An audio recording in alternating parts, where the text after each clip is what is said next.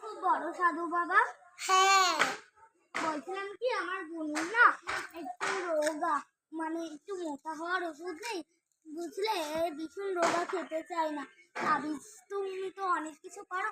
হ্যাঁ আছে তো।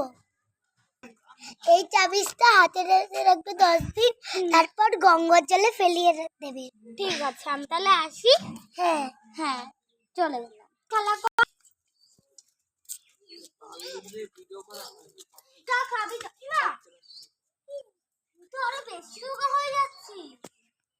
তুই লাফাবি না, চল খাবি, চল চল চল চল মানা, তুই এই খাটিয়ার উপরে বস, আমি তোর জন্য খাবার গরম করে আনছি। ঠিক আছে, বস। খাবো মনে